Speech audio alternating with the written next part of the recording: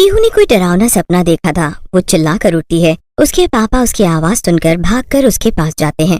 क्या हुआ पीहू, क्या कोई बुरा सपना देखा है? हाँ पापा, मैंने देखा कि मेरी सौतेली माँ मुझे मार रही है। पर बेटा तुम्हें ऐसा सपना आया क्यों? तुमने तो अभी तक अपनी माँ को देखा भी नहीं है। शादी तो आज है। पापा, आप दूसरी शादी मत करो, सौतेली माँ मुझे मारेगी। पीहू बेटा, ऐसा बिल्कुल भी नहीं है। सारिका एक बहुत अच्छी माँ बनेगी, देख लेना, वो तुम्हारा बहुत ख्याल रखेगी। और बेटा लास्ट टाइम पर कुछ भी बदला नहीं जा सकता। महेश अपनी 10 साल की बेटी को गले लगाकर उसे समझाने की कोशिश कर रहा था और खुद भी सोच में पड़ा हुआ था कि आखिर पीहू को ये सपना क्यों आया। अगले दिन महेश सारिका से शादी कर उसे घर ले आता है। वहीं महेश के छोटे भाई रचित की पत्नी नीतू ने पीहू के कान भरने शुरू कर दिए। देखो पीहू, अब तुम्हारी सौतेली माँ घर आ गई है, अब वही तुम्हारा ख्याल रखेंगी।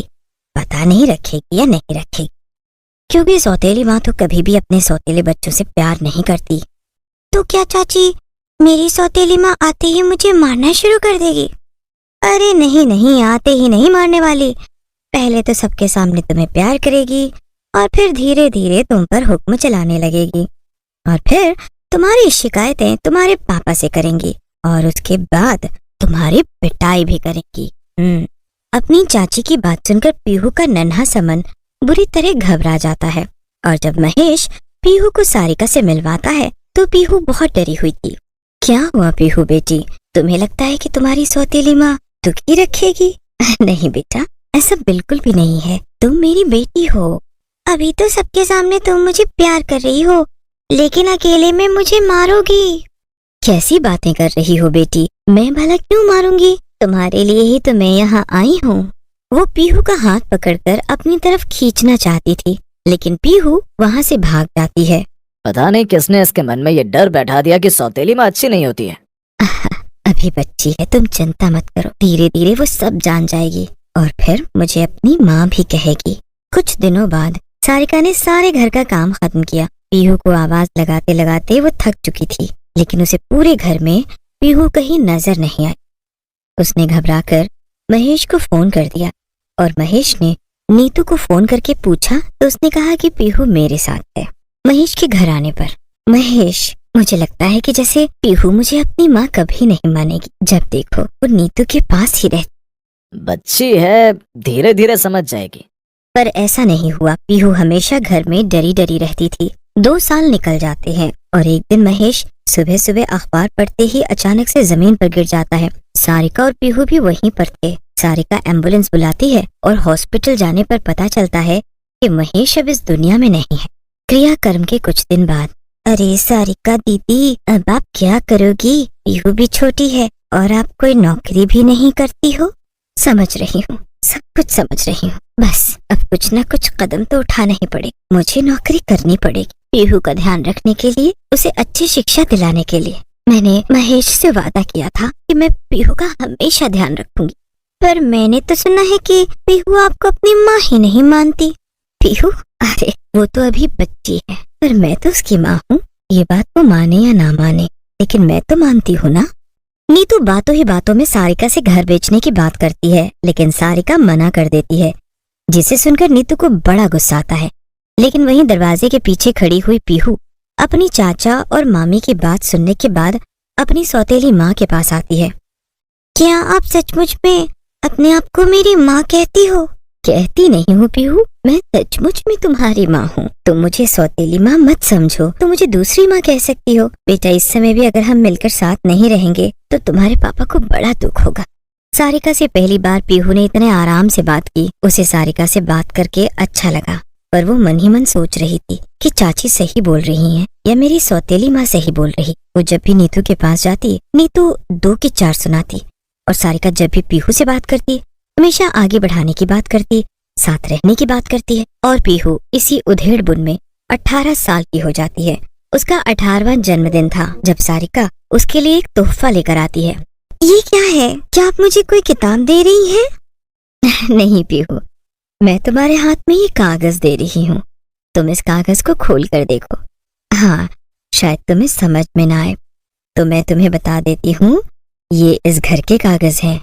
तुम्हारे पापा ने तुम्हारे लिए कुछ सेविंग्स की हुई थी, उसके कागज हैं। आज तुम 18 साल की हो गई हो और अब ये सब कुछ तुम्हारा है। मैं जानती हूँ तुम मुझे अपनी सौतेली माँ ही समझती हो, लेकिन मैं सच कहती हूँ बेटा, तुम कल भी मेरी बेटी थी, आज भी मेरी बेटी हो और आगे भी हमेशा मेरी बेटी रहोगी। वो पेपर देकर सारिका अपने कमरे में रोते हुए चली जाती है। पीहू ध्यान से उन सारे पेपर्स को देखती है और हैरान होती है कि उसकी सौतेली माँ ने वो सब कुछ संभाल के रखा है। नीतू चाची ने तो मेरे मन में न जाने सौतेली माँ का क्या हवा बना दिया था। अगर ये इतनी बुरी होती तो ये सब मुझे न देती।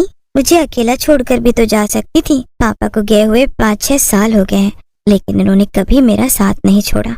कभी कहा सुनी हुई तो हमेशा चुप हो गई। लगता है मुझसे बहुत बड़ी गलती हो गई है। मेरे पास सौतेली माँ नहीं, मेरे पास तो दूसरी माँ है।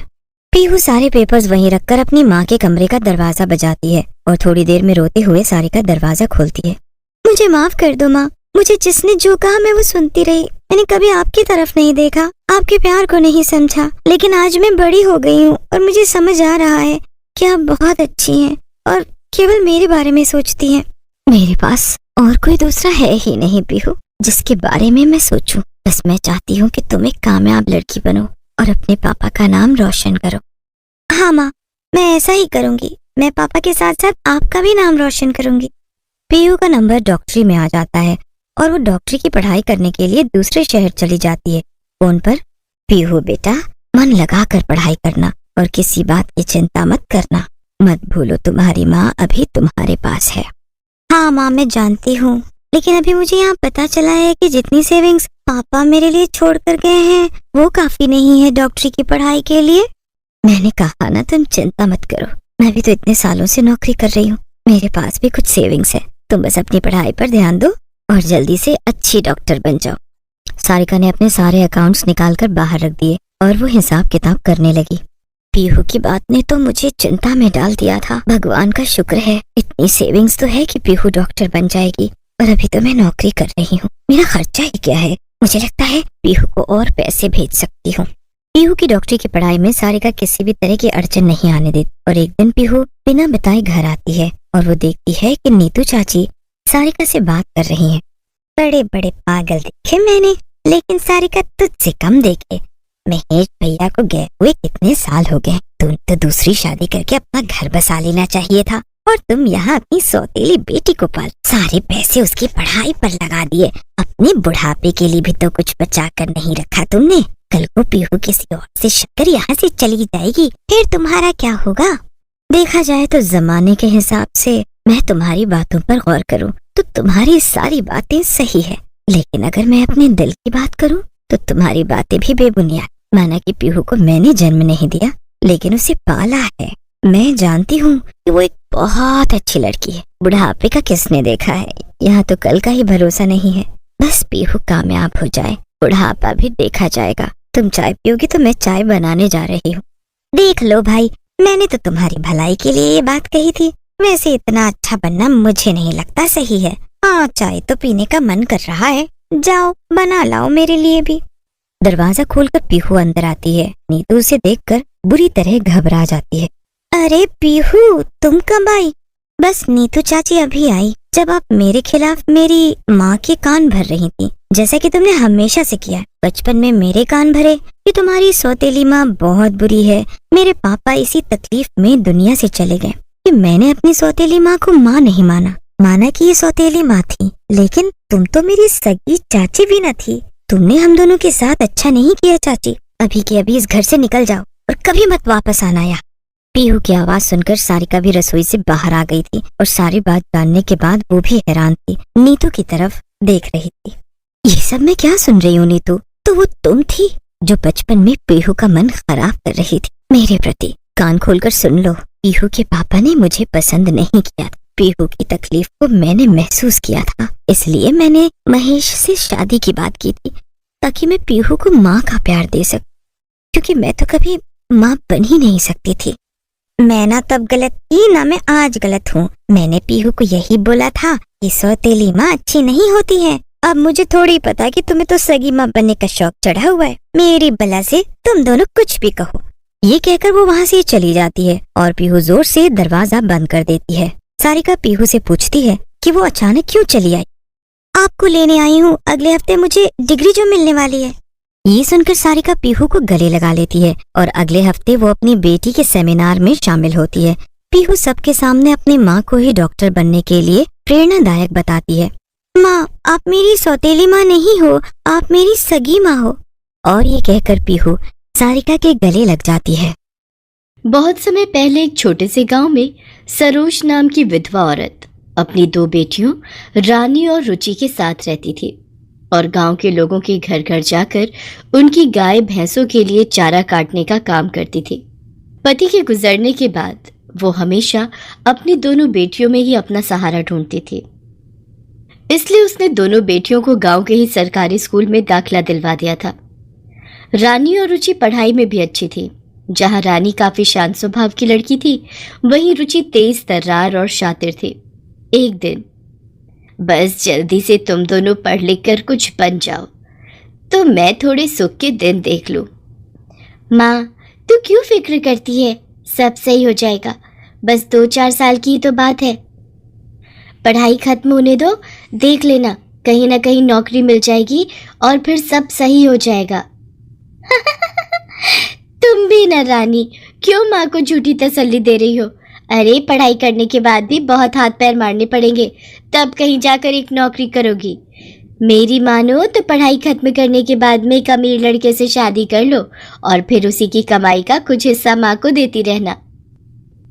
आज तो तुमने ये बात कह दी, लेकिन आइंदा कभी मत कहना। हम क्या इतने गए गुजरे हैं कि अपनी माँ के लिए कुछ नहीं कर सकते? लगता है तुमने तो यही सोचा हुआ है। तो इसमें बुराई क्या है? नौकरी करें या ना करें, फिर भी शादी तो करनी ही है। फिर शादी ही क्यों ना कर ले? अच्छे से घर में शादी हो जाएगी तो नौकरी का झंझट ही खत्म। ठाट बाट से रानी बनकर रहो। रुचि, आजकल तुम कुछ ज्यादा ही बोलने लगी हो। चुपचाप अपनी पढ़ाई पर ध्यान दो और ये फालतू की बातें आइंदा से मेरे सामने कभी मत करना। थोड़ी लाज शर्म है या नहीं? रुचि मुंह बनाकर घर से बाहर चली जाती है। रानी अपनी माँ को समझाने लगती है, पर रुचि की बात सुनकर सरोज काफी गुस्से में थी। थोड़ा समय बीतने के बाद दोनों बहनें अपनी पढ़ाई खत्म कर लेती हैं और रानी वही बच्चों को ट्यूशन देने का काम करने लगती है और साथ ही साथ नौकरी भी ढूंढने लगती है। रुचि पढ़ाई खत्म होने के बाद अपनी अमीर बनाई गई सहेलियों से मिलती जुलती और शाम तक घर आती। रुचि, मैंने कल देखा तुम जमींदार के लड़के के साथ घूम रही थी। खबरदार, जो आइंदा मैंने तुम्हें उस लड़के के साथ घूमते देख लिया। अमीर बाप की बिगड़ी हुई औलाद है वो। इसमें बुराई क्या है माँ? आजकल तो सभी लड़के लड़कियां इसी तरह ही मिलते हैं, क्या गांव क्या शहर।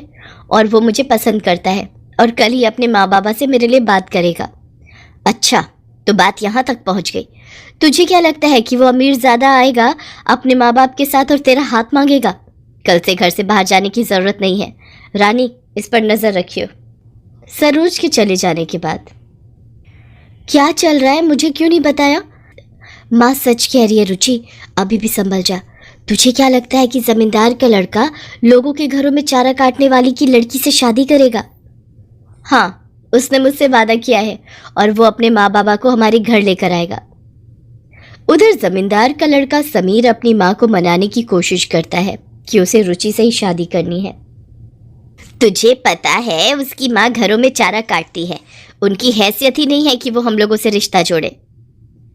पर समीर खुद को मारने की धमकी देकर किसी तरह अपने माता पिता को शादी के लिए राजी कर लेता है और फिर सादे तरीके से समीर और रुचि की शादी हो जाती है। उसने अपनी पसंद के लड़के से शादी तो कर ली और वो अमीर भी हो गई, लेकिन मैं जानती हूँ जिस तरह का उसकी सास शादी में व्यवहार कर रही थी, वो कभी भी रुचि को खुश नहीं रहने देगी। ऐसा मत बोल माँ, तू माँ है, उसे अच्छी दुआएं दे। रानी के पास अब पढ़ने के लिए काफ़ी सारे बच्चे आने लगे। तभी स्कूल की एक टीचर ने उसे बोला कि रानी, अगर तुम्हें पढ़ाना ही है तो तुम आगे की तैयारी क्यों नहीं करती? रानी को अपनी टीचर की बात अच्छी लगती है और फिर वो अपनी माँ से पैसे लेकर एनटीटी में दाखिला ले लेती है और शाम के समय वो बच्चों को ट्यूशन देती है। और उधर रुचि शादी करके अमीर तो बन गई, लेकिन वो खुश नहीं थी। उसकी सास उसे हमेशा गरीब होने का ताना देती। समीर, अपनी माँ को सीधे सीधे बोल दो, हर वक्त मेरी बेइज्जती ना किया करे। आखिर अब मैं भी घर की बहू हूँ, जब भी देखो मुझे गरीब होने के ताने देती रहती है। मुझे तो नहीं लगता कि कभी कुछ सही हो पाएगा। आज मैंने जरा ये अच्छी साड़ी क्या डाल ली तो मुझे बोल रही थी कि कभी देखी है इतनी महंगी साड़ी। इन छोटी छोटी बातों को दिल पर मत लगाओ। अब हमने अपनी पसंद से शादी करी है तो ये सब तो होगा ही ना। कुछ दिन बाद ही रुचि अपनी माँ से मिलने के लिए आती है। घर के बाहर एक बड़ी सी गाड़ी में से रुचि उतरती है और बहुत सारे गिफ्ट अपनी माँ और बहन के लिए लेकर आती है।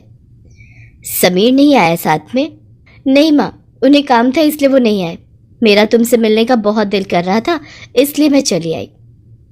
या वो इसलिए नहीं आया क्योंकि गरीबों के घर आते हुए उसे शर्म आएगी? माँ, पहली बार वो घर आई है, गुस्सा मत करो। आओ रुचि, बैठो और बताओ क्या चल रहा है। तू खुश तो है ना मेरी बहन? हाँ हाँ, सब बहुत अच्छा है। घर में सब मुझे बहुत प्यार करते हैं और मेरे पास एक बड़ा सा कमरा है जिसमें एक बड़ा सा एसी लगा है। बाहर कितनी गर्मी है इसका तो एहसास तक भी नहीं होता और खाने पीने की भी कोई कमी नहीं है। चलो शुक्र है, तू अमीर बनना चाहती थी तो बन ही गई। फिर सरोज अपनी बेटी के लिए अपने हाथों से खाना बनाती है और जाते वक्त उसे एक साड़ी और कुछ रुपए देती है। और उधर जब रुचि ससुराल पहुंचती है, ये 250 रुपए की साड़ी दी है तुम्हारी माँ ने? ऐसी साड़ियां तो मैं अपने नौकरों को भी नहीं देती। और ये क्या, 151 रुपए? क्या तुम भी अपने घर में यही सब लेकर गई थी? यहाँ से तो तुम हजारों का सामान लेकर गई थी। तुम गरीब लड़कियां इसीलिए अमीर लड़कों से शादी करती हैं। तभी समीर वहां आ जाता है। माँ, मुझे पता है कि तुम हमारी शादी से नाराज हो, लेकिन मुझे ये नहीं पता था कि तुम इतनी छोटी बातें करोगी। रुचि अब इस घर की बहू है। अगर आप इसे इज्जत नहीं दे सकती हो तो हम दोनों ये घर छोड़कर चले जाएंगे। फिर समीर रुचि को लेकर अपने कमरे में चला जाता है। इसी तरह दोनों बहनों की जिंदगी चल रही थी। उधर रानी अपनी एनटीटी की पढ़ाई खत्म कर लेती है और एक सरकारी स्कूल में नर्सरी क्लास की टीचर लग जाती है। नौकरी लगते ही सबसे पहले वो अपनी माँ को काम पर जाने से रोकती है। नहीं माँ, बस मैंने कह दिया ना, अब तुझे लोगों के घरों में जाकर चारा काटने की जरूरत नहीं है। तू बस अब घर में रह और घर को देख। अभी माँ बेटी बातें कर ही रही थी कि रुचि रोते हुए आती है। क्या हुआ मेरी बेटी, इस तरह क्यों रो रही है? क्या तेरे ससुराल में कुछ हुआ है? उन लोगों ने कुछ कह तो नहीं दिया? रुचि रोते रोते अपनी माँ और बहन को बताती है कि किस तरह ससुराल में उसके साथ बुरा व्यवहार किया जाता है और दिन रात ताने मारे जाते हैं। ओह, मैं जानती थी बेटा ये सब होने वाला है आगे, पर तब तो तुझे मेरी हर बात बुरी लग रही थी। आज माना तू बहुत अमीर हो गई है, लेकिन सच बता, क्या तू खुश है? अगर यही मेहनत तूने अपने जीवन को संवारने में की होती और मेहनत और लगन के साथ अच्छी जगह नौकरी कर अमीर हुई होती तो गर्व के साथ कहती, और साथ ही साथ हमारा सर भी गर्व से ऊंचा होता। मैं ये नहीं कहूँगी कि तू कभी भी परेशान हो तो यहाँ मत आ, पर बेटा ये तेरा फैसला था और अब तुझे अपना घर देखना पड़ेगा। कुछ ऐसा कर जिससे तेरे ससुराल वाले तेरी इज्जत करें। देख बहन, परेशान होने की ज़रूरत नहीं है। थोड़ा समय बुरा ज़रूर होता है, पर ऐसा नहीं है कि वो बदल नहीं सकता। तू समीर से बात कर और उसे बोल कि वो घर के लोगों को समझाए। तुम दोनों को मिलकर ही अब अपनी गृहस्थी अच्छी करनी है। काश काश ये बातें मुझे पहले समझ आती। तब तो बस मुझे लग रहा था कि एक अमीर लड़के से शादी हो जाएगी तो मेरी लाइफ बन जाएगी। पर माँ, मैं समझ गई हूँ, आज के समय में अपनी लाइफ खुद बनानी पड़ती है। रानी को भी तो देखो, कितनी इज्जत से नौकरी कर रही है और तेरा ख्याल भी कितने अच्छे से रख रही है। मैं अमीर हो गई हूँ, लेकिन ना तो मैं खुश हूँ और ना मैं तुम लोगों को खुश कर पा रही हूँ। मुझे माफ कर दो माँ, मुझे माफ कर दो। थोड़ा संयम से काम ले और हालातों को समझकर ही काम किया कर, सब सही हो जाएगा। रुचि अपने घर आ जाती है, तभी उसे अपने सास के चिल्लाने की आवाज सुनाई देती है। वो भागकर वहां जाती है तो देखती है कि घर के अंदर चोर घुसा हुआ है और सारा सामान बिखरा हुआ है और अलमारी खुली हुई है। उसकी सास नीचे गिरी हुई है और उसके पेट से खून निकल रहा है। सारी स्थिति अचानक से इतनी बदल गई कि रुचि को कुछ समझ ही नहीं आया। उसने कमरे में रखा हुआ पीतल का एक बड़ा सा फूलदान उस चोर के सर पर दे मारा और रुचि चोर चोर करके चिल्लाती है। तभी घर का नौकर भागकर आता है और चोर को पकड़ लेता है। वो अपने गले में पड़ा हुआ दुपट्टा निकालकर अपनी सास के पेट पर बांधती है और एम्बुलेंस बुलाती है। हाँ, समीर, पुलिस ले गई थी चोरों को पकड़कर, पर तुम जल्दी आ जाओ, मुझे बहुत घबराहट हो रही है। मम्मी जी का काफी खून बह गया है। हाँ, मैं रास्ते में हूँ, बस आ रहा हूँ। तभी डॉक्टर आकर बोलते हैं कि हमें खून की जरूरत है। फिर रुचि का खून अपनी सास के खून से मैच कर जाता है, तो वो अपनी सास को खून देती है। तब तक समीर भी हॉस्पिटल पहुंच जाता है। अभी उनकी हालत काफी बेहतर है, खून ज्यादा बह गया है तो इसलिए कमजोरी रहेगी, अभी कुछ दिन हॉस्पिटल में रहेंगी। ठीक है डॉक्टर, और मेरी वाइफ कैसी है? वो ठीक है, अभी उन्होंने खून दिया है तो वो भी थोड़ा कमजोर फील कर रही होंगी, उन्हें कुछ खिला पिला दीजिए। जब समीर की माँ की तबीयत थोड़ी ठीक होती है तो वो रुचि को अपने पास बुलाती है। मेरी प्यारी बहू, तूने उस दिन बहुत हिम्मत दिखाई और मेरी जान बचाई। कहा सुनी तो होती रहती है, सब भूल जाना और मुझे माफ कर देना। ऐसा मत कहो मम्मी, बस आप जल्दी ठीक होकर घर आ जाओ। रुचि और समीर हॉस्पिटल आकर रोज अपनी माँ का ख्याल रखते, और फिर जब वो हॉस्पिटल से घर पहुंचती है तो सब लोग खुशी खुशी रहते।